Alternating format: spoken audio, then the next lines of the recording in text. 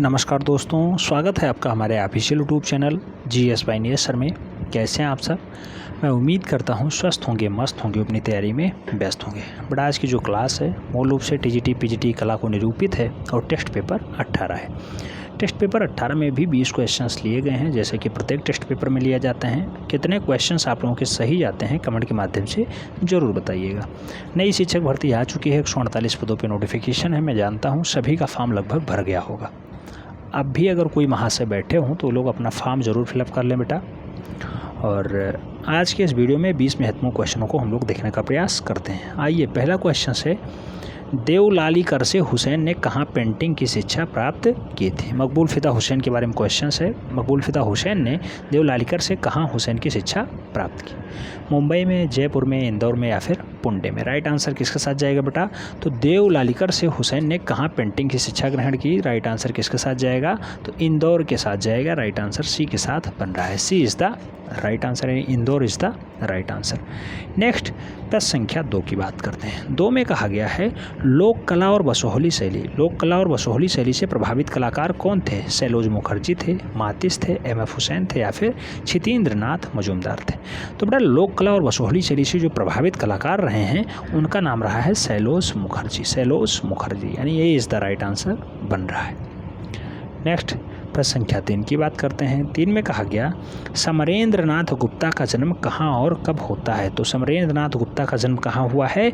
मुंबई में 1887, बंगाल में 1987, कोलकाता में 1887 या फिर पंजाब में 1987। तो बेटा, समरेंद्रनाथ गुप्ता का जन्म जो है कलकत्ता में होता है, 1887 ईयर होता है। तो कलकत्ता 1887 राइट आंसर बनेगा। 20 द राइट आंसर हो रहा है। क्वेश्चंस प्रीवियस में आ चुका है, आपके लिए महत्वपूर्ण है इसलिए बताया जा रहा है। राइट आंसर बी के साथ बन रहा है। प्रश्न संख्या 4 की बात करते हैं। 4 में कहा गया, विख्यात चित्र यात्रा का अंत किसने बनाया है? छितेंद्रनाथ मजूमदार ने बनाया, मातिस ने बनाया, सुनयना देवी ने बनाया या फिर अवनींद्रनाथ टैगोर ने बनाया?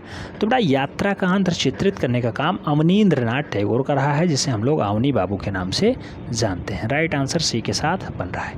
ऊँट है, बैठा है, आप देख रहे होंगे उठ नहीं रहा है, यात्रा का अंत वही दर्शाया गया है। राइट आंसर सी के साथ है। अवनी बाबू का फेमस दृश्य है। नेक्स्ट, प्रश्न संख्या 5 की तरफ बढ़ते हैं। 5 में कहा गया है, गैलेक्सी ऑफ म्यूजिशियंस किसकी प्रसिद्ध पेंटिंग है? बड़ा, गैलेक्सी ऑफ म्यूजिशियंस मूल रूप से किसकी प्रसिद्ध पेंटिंग है? DP राय चौधरी की, राजा रवि वर्मा की, यामिनी राय की या फिर KH आरा की? तो मूल रूप से गैलेक्सी ऑफ म्यूजियम्स जो है किसकी प्रसिद्ध रचना है? राजा रवि वर्मा की प्रसिद्ध रचना है। राजा रवि वर्मा आप जानते होंगे बहुत फेमस जो है चित्रकार हैं। हंस दमयंती इनका बहुत फेमस रचना है। भारतीय फल विक्रेता भी बहुत फेमस रचना है। तो हंस दमयंती भी इनका बहुत फेमस रचना है। हंस दमयंती मूल रूप से किसकी रचना है? तो राजा रवि वर्मा की ही रचना है। भारतीय फल विक्रेता भी मूल रूप से राजा रवि वर्मा की बहुत अच्छी रचना मानी जाती है। तो गैलेक्सी ऑफ म्यूजियम्स मूल रूप से इन्हीं की रचना है। राइट आंसर सी के साथ बन रहा है। प्रश्न संख्या 6 की बात करते हैं। पूछ लिया गया, कंपनी शैली की और किस नाम से जाना जाता है? तो बड़ा, कंपनी शैली को और किस नाम से जानते हैं? पटना शैली, बंगाल शैली, नाथद्वार शैली या फिर बिहार शैली? तो कंपनी शैली को हम लोग मूल रूप से पटना शैली के नाम से भी पुकारते रहते हैं, क्योंकि कंपनी शैली का प्रमुख केंद्र जो है पटना ही था। चाहे वो उत्तर भारत की बात करें या पूरे भारत में बात करें, सबसे मुख्य केंद्र पटना शहर में ही इस्टेब्लिश हुआ था और कंपनी शैली को हम लोग पटना शैली के नाम से ही वशीभूत करते हैं। तो राइट आंसर ए के साथ बन रहा है। पटना शैली is the right answer. Next, प्रश्न संख्या 7 की तरफ बढ़ते हैं। पूछा गया, हड़प्पा टीले का पता 1878 ईस्वी में किसने लगाया था? हड़प्पा टीला को 1878 में किसने खोजा है? ऑप्शन है रखाल दास बनर्जी, JP जोशी, कर्निंघम या फिर यज्ञदत्त शर्मा? तो राइट आंसर किसके साथ जाएगा बेटा? हड़प्पा टीले का पता पूछा जा रहा है, खोज नहीं, खुदाई नहीं। हड़प्पा टीले की खोज नहीं, खोज पूछा जा रहा है, खोज, खुदाई नहीं। ठीक है, तो 1878 में कर्निंघम साहब खोजते हैं। राइट आंसर जो है सी के साथ बन रहा है। कर्निंघम is the right answer. Next, प्रश्न संख्या 8 की तरफ बढ़ते हैं। 8 में कहा गया है, कालीबंगन राजस्थान राज्य के किस जिले में स्थित है? तो कालीबंगन राजस्थान राज्य के किस जिले में स्थित है बेटा? अहमदाबाद, बीकानेर, आमेर या फिर हनुमानगढ़? तो बेटा, कालीबंगन जो है मूल रूप से राजस्थान के हनुमानगढ़ जिले में स्थित है। राइट आंसर जो है डी के साथ बन रहा है। D is the right answer. आपको ये ज़रूर बताना है कितने क्वेश्चंस आपके सही गए, ईमानदारी के साथ बताइएगा, आप अपना स्वमूल्यांकन कर लीजिएगा। प्रश्न संख्या 9 की बात करते हैं। महात्मा बुद्ध का गृह त्याग अजंता की किस गुफा संख्या में चित्रित है? तो महात्मा बुद्ध का जो गृह त्याग है मूल रूप से कहाँ दर्शाया गया है? गुफा संख्या 16 में, गुफा संख्या 17 में, गुफा संख्या 10 में या फिर गुफा संख्या 2 में? तो महात्मा बुद्ध का जो गृह त्याग है बेटा वो मूल रूप से गुफा संख्या 16 में दर्शाया गया है, 16 में। राइट आंसर ए के साथ बन रहा है। कहाँ पे है? अजंता गुफा में। अजंता गुफा कहाँ पे है? औरंगाबाद महाराष्ट्र में स्थित है। अजंता में कुल मिला के कितनी गुफाएं हैं बेटा? तो 30 गुफाएं हैं, याद रखना है। 30 में से 16वें नंबर गुफा में महात्मा बुद्ध का गृह त्याग दर्शाया गया है। राइट आंसर ए के साथ बन रहा है। नेक्स्ट प्रश्न संख्या 10 की बात करते हैं। पूछा गया शिव विवाह से संबंधित चित्र बने मिलते हैं। तो शिव विवाह से संबंधित चित्र कहाँ बने मिलते हैं बेटा? सित्तनवासल में, अजंता में, बदामी में या फिर एलोरा में? तो शिव विवाह से जो संबंधित दृश्य चित्रण मिलते हैं वो बदामी गुफा में दिखाई देते हैं। राइट आंसर जो है डी के साथ बन रहा है, बदामी गुफा is the right answer. Next प्रश्न संख्या 11 की बात करते हैं। 11 में पूछ लिया गया कमल सरोवर डाड गुफा की छत पे किसकी छवियां दिखाई देती हैं? तो कमल सरोवर किस गुफा की छत पे दिखाई देती हैं? बदामी गुफा में, अजंता गुफा में, सित्तनवासल गुफा में या फिर एलोरा गुफा में? तो कमल सरोवर मूल रूप से कहाँ दर्शाया गया है बेटा? सित्तनवासल की गुफाओं में दर्शाया गया है, उसकी छतों पे दर्शाया गया है। राइट आंसर जो है सी के साथ बन रहा है, C is the right answer.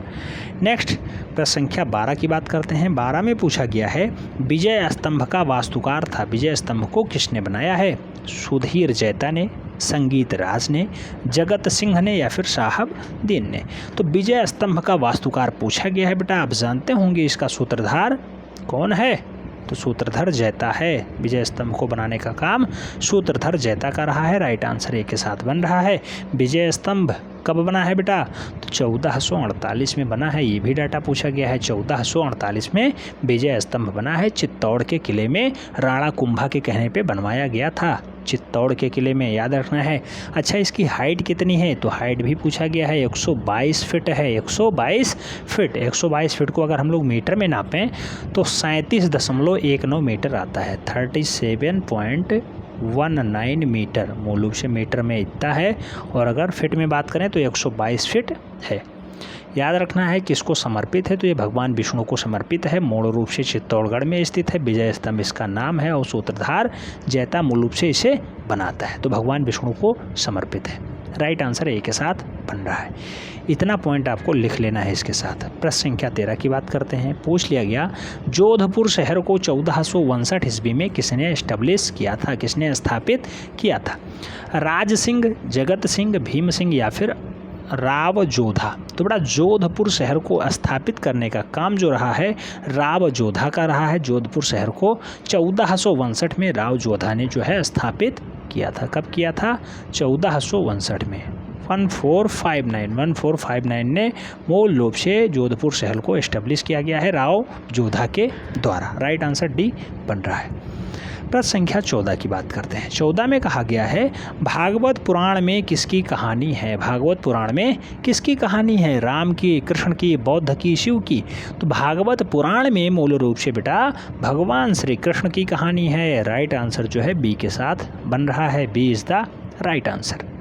Next प्रश्न संख्या 15 की बात करते हैं। पूछ लिया गया नूर जहां यानी मेहरुनिसा किसकी पत्नी थी? पूछ लिया गया क्वेश्चन है ये। अकबर, जहांगीर, बाबर, शाहजहां? तो बेटा नूर जहां जिसे हम लोग मेहरुनिसा के नाम से जानते हैं उसकी पत्नी कौन है, यानी उसका पति कौन है? तो जहांगीर है। जहांगीर उसका पति है या फिर मेहरुनिसा जहांगीर की पत्नी है। तो राइट आंसर सी के साथ बन रहा है, Jahangir is the right answer. Next प्रश्न संख्या 16 की बात करते हैं। पूछ लिया गया पादशाहनामा की रचना 1656-57 ईस्वी में किसने किया है? दशवंत ने, अब्दुल ने, बसावन ने या फिर अब्दुल हामिद लाहौरी ने?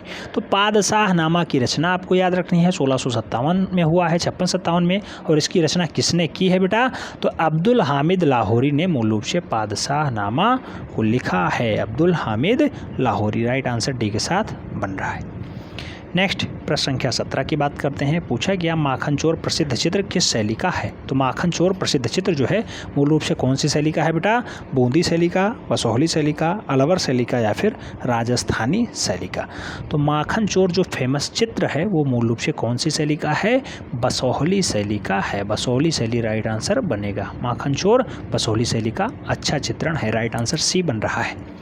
नेक्स्ट प्रश्न संख्या 18 की बात करते हैं। पूछ लिया गया master pieces of Rajput painting. Master pieces of Rajput painting पुस्तक के लेखक कौन है? तो master pieces of Rajput painting पुस्तक किसकी है बेटा? ओसी गांगुली की, जेसी फ्रेंच की, एनसी मेहता की या फिर एमएस रंधावा की? तो master pieces of Rajput painting के जो लेखक हैं बेटा उन्हें हम लोग ओसी गांगुली के नाम से जानते हैं। ओसी गांगुली राइट आंसर बन रहा है, यानी A is the right answer हो रहा है। नेक्स्ट प्रश्न संख्या 19 की बात करते हैं। पूछा गया है सजनू और भगवान किस शैली के चित्रकार हैं? सजनू और भगवान का संबंध कौन सी शैली से है? मंडी शैली, बसोहली शैली, कल्लू शैली या फिर बूंदी शैली? तो बेटा सजनू और भगवान के लिए कौन सी शैली जो है जिम्मेदार है? तो सजनू और भगवान कुल्लू शैली के सबसे अच्छे जो है उदाहरण माने जाते हैं, सबसे अच्छे चितरे माने जाते हैं। राइट आंसर जो है बी के साथ बन रहा है, कुल्लू शैली is the right answer. Next प्रश्न संख्या 20 की बात करते हैं। 20 में पूछा गया है गढ़ राजवंश का इतिहास के लेखक कौन है बेटा? गढ़ राजवंश का इतिहास किसने लिखा है? ऑप्शंस दिए गए मोलाराम, केशव सेन, ईश्वरी सेन या फिर ओसी गांगुली। तो गढ़ राजवंश का इतिहास लिखने का जो काम रहा है वो मोलाराम का रहा है। राइट आंसर ए के साथ बन रहा है, A is the right answer. तो इस टेस्ट पेपर में आपके कितने क्वेश्चन सही गए आप अपना स्वमूल्यांकन वाला आंसर ज़रूर बताइएगा। मैं उम्मीद करता हूँ आपसे यहाँ कुछ सीखने को मिला होगा, कुछ ना कुछ नया क्वेश्चंस आपको मिला होगा, उसे आप लोग नोट डाउन किए होंगे। मिलते हैं नेक्स्ट वीडियो में, तब तक के लिए जय हिंद।